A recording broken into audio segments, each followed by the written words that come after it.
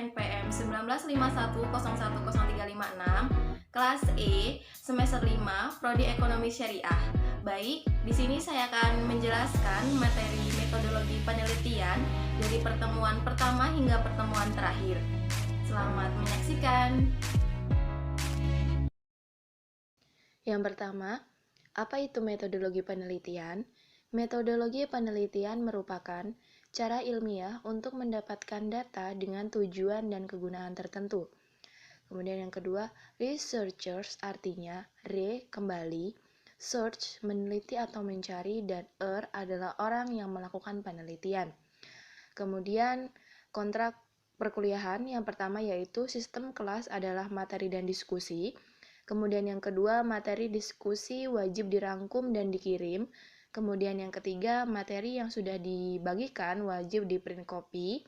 Kemudian yang keempat, tiap pertemuan ada poin keaktifan. Keaktifannya yaitu bisa dilihat dari hijau, yaitu aktif, biru hadir, kemudian merah tidak hadir.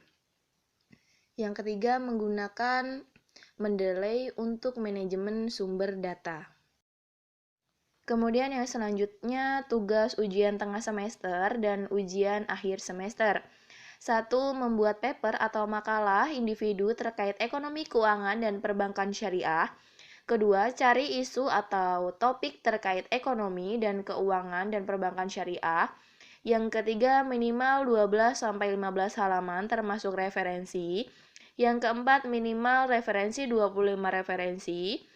Yang kelima, tiap paragraf harus ada referensi, hindari blog web, dan data boleh dari OJK, BI, dan BPS. 6. Target makalah ditembuskan ke jurnal, di mana nama pertamanya Bapak Muhammad Iqbal Fasa, kedua Profesor Soeharto, maka akan mendapatkan nilai A. Kemudian yang ketujuh, sebelum uang sudah dikumpul dan sudah disamping jika tembus ke jurnal ilmiah.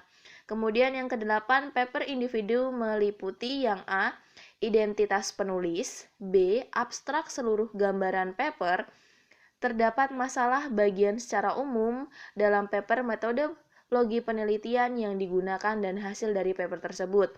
Kemudian yang C, pendahuluan, yang D, landasan dasar Al-Quran dan hadis, ekonomi dan pembahasan 1. Kemudian yang E, konsep dan pembahasan 2, yang F, tawaran penulis, yang G, kesimpulan, dan yang H terakhir yaitu referensi. Kemudian selanjutnya cara mendapatkan referensi dan cara mendapatkan ide atau topik judul. Cara mendapatkan referensi yaitu dengan cara mencari di berbagai tempat Google seperti Google Scholar, jurnal bahasa Inggris, search pakai tanda petik, kemudian menyalin catatan kaki lalu search di Google. Notes, 1. Catatan 1 wajib menggunakan referensi Mendeley. Yang kedua, perbanyak rujukan referensi jurnal dan buku berbahasa asing. Ketiga, usahakan tiap paragraf gunakan referensi yang berbeda. Keempat, menggunakan middle note atau body note. Kemudian yang kelima, ukuran kertas A4, line spasi 1,15, ukuran kertas atas dan kiri 4 cm, kanan dan bawah 3 cm, dan menggunakan tulisan Times New Roman. Kemudian abstrak, satu abstrak dalam paper biasanya terdiri atas 250 sampai 350 kata. Yang kedua, memuat masalah tujuan metode yang digunakan dan hasil penelitian. Kemudian yang ketiga, dalam skripsi biasanya abstrak dibuat dalam 1 halaman. Kemudian yang keempat, abstrak ditulis dalam bahasa Inggris dan tetap ada yang dalam bahasa Indonesianya. Google Translate dapat membantu menerjemahkan abstrak ke dalam bahasa Inggris, namun tidak dilanjutkan atau tidak dianjurkan secara penuh digunakan sehingga masih harus ada pengolahan kata, kalimat, dan brainware yang digunakan agar benar dan sesuai. Kemudian pendahuluan. 1. Pendahuluan adalah latar belakang dari isi paper. Pendahuluan merupakan gambaran umum dari observasi awal dan fenomena mengenai topik yang diangkat. Materi dalam bab ini berisi latar belakang, rumusan masalah, dan personal topik, tujuan, dan sasaran. Kedua, dalam skripsi, pendahuluan adalah bagian awal yang menyatakan maksud atau fenomena yang diangkat dalam penelitian. Yang ketiga, pendahuluan terletak di bab 1 terdiri atas A. Latar belakang masalah, B. Rumusan masalah, C. Tujuan masalah, dan D. Sistematika. Kemudian selanjutnya kesimpulan. Substansi dan kesimpulan fokus kepada hasil penelitian. Kemudian perbedaan konsep dan pembahasan 1 dan 2. Akan tetapi, dalam paper pendahuluan hanya memuat latar belakang masalah saja, sehingga dalam penyusunannya hanya memerlukan rangkuman dan berbagai jurnal minimal satu referensi untuk setiap paragrafnya, yang berkaitan dengan deskripsi, isu, atau pendukung atas masalah yang hendak diangkat dalam penelitian berfokus kepada membahas latar belakang masalahnya saja, atau memuat fenomena perkembangan atau garis besar dan permasalahan. Sehingga poin isinya dapat berupa deskripsi tentang permasalahan, tujuan mengapa permasalahan ini penting untuk dibahas, ulasan singkat tentang penelitian yang pernah ada sebelumnya. Kemudian, adapun dalam poin-poin pendahuluan tersebut harus memenuhi kriteria berupa 1. Dapat menunjukkan adanya masalah yang diteliti. 2. Argumentasi diperkuat dengan data dan teori singkat serta ulasan singkat penelitian terdahulu dan syarat penelitian terdahulu. Selanjutnya, dalam pendahuluan, masalah yang diangkat dapat berupa masalah secara umum dan masalah secara khusus. Kemudian selanjutnya, selain itu dalam pendahuluan, terutama khususnya pada pendahuluan skripsi, penting adanya rekomendasi dari penelitian terdahulu yang tercantum. Dalam paper konsep dan pembahasan 1, lebih bersifat umum, yaitu berkenaan dengan judul penelitian. Sebagai contoh, judul paper 1 adalah Etika Perilaku Konsumsi Islami, Teori dan Praktek, maka untuk konsep dan pembahasan 1 adalah konsep etika bisnis Islam, sedangkan untuk konsep dari pembahasan 2 adalah Woodworth, etika bisnis, perspektif Islam, atau bisa juga dengan etika perilaku konsumsi atau kajian teoritis. Research GAP. Di dalam pendahuluan terdapat riset-riset GAP diartikan sebagai kesenjangan atau perbedaan hasil penelitian terdahulu. Sebagai contoh, Fasa 2021 berpendapat bahwa konflik ini berdampak negatif terhadap pengaruh menimbulkan kebangkrutan, menurunkan omset, meningkatkan angka pengangguran, sedangkan Azahra 2021 berpendapat bahwa tingkat investasi menurun. Amelia 2021 mengungkapkan bahwa pada BSI tingkat investasi meningkat. Sopianti 2021 mengungkapkan bahwa karena COVID, harga saham menurun namun tingkat investasi meningkat. Dan sebagai perilaku investor meninggal dan menilai bahwa turunnya harga saham yang hanya sementara membuka peluang bagi mereka untuk membeli saham, dan ketika harga saham kembali naik, maka saat itulah saham akan dijual kembali. Hasil penelitian Azahra 2021 memiliki perbedaan pada hasil Amelia 2021 dan Sopianti 2021, sehingga penelitian ini mencoba menguji kembali hasil penelitian tersebut dalam konteks sebelum, ketika, dan setelah terjadinya COVID. Porsi paper. Halaman dalam paper harus dibagi seperti misalnya 1 pendahuluan, 2 halaman, 3 konsep, dan pembahasan 6-8 halaman setiap secara keseluruhan terdiri atas 12-15 halaman.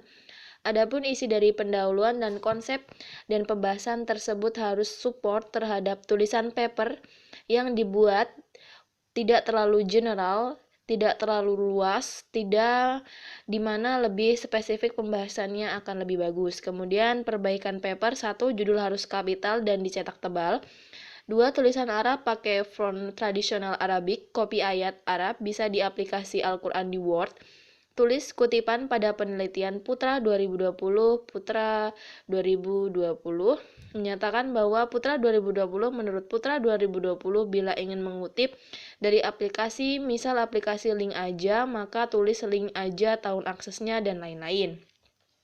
Kemudian yang keempat, Tingkatan yang digunakan dalam jurnal bisa di italik atau tidak, bebas.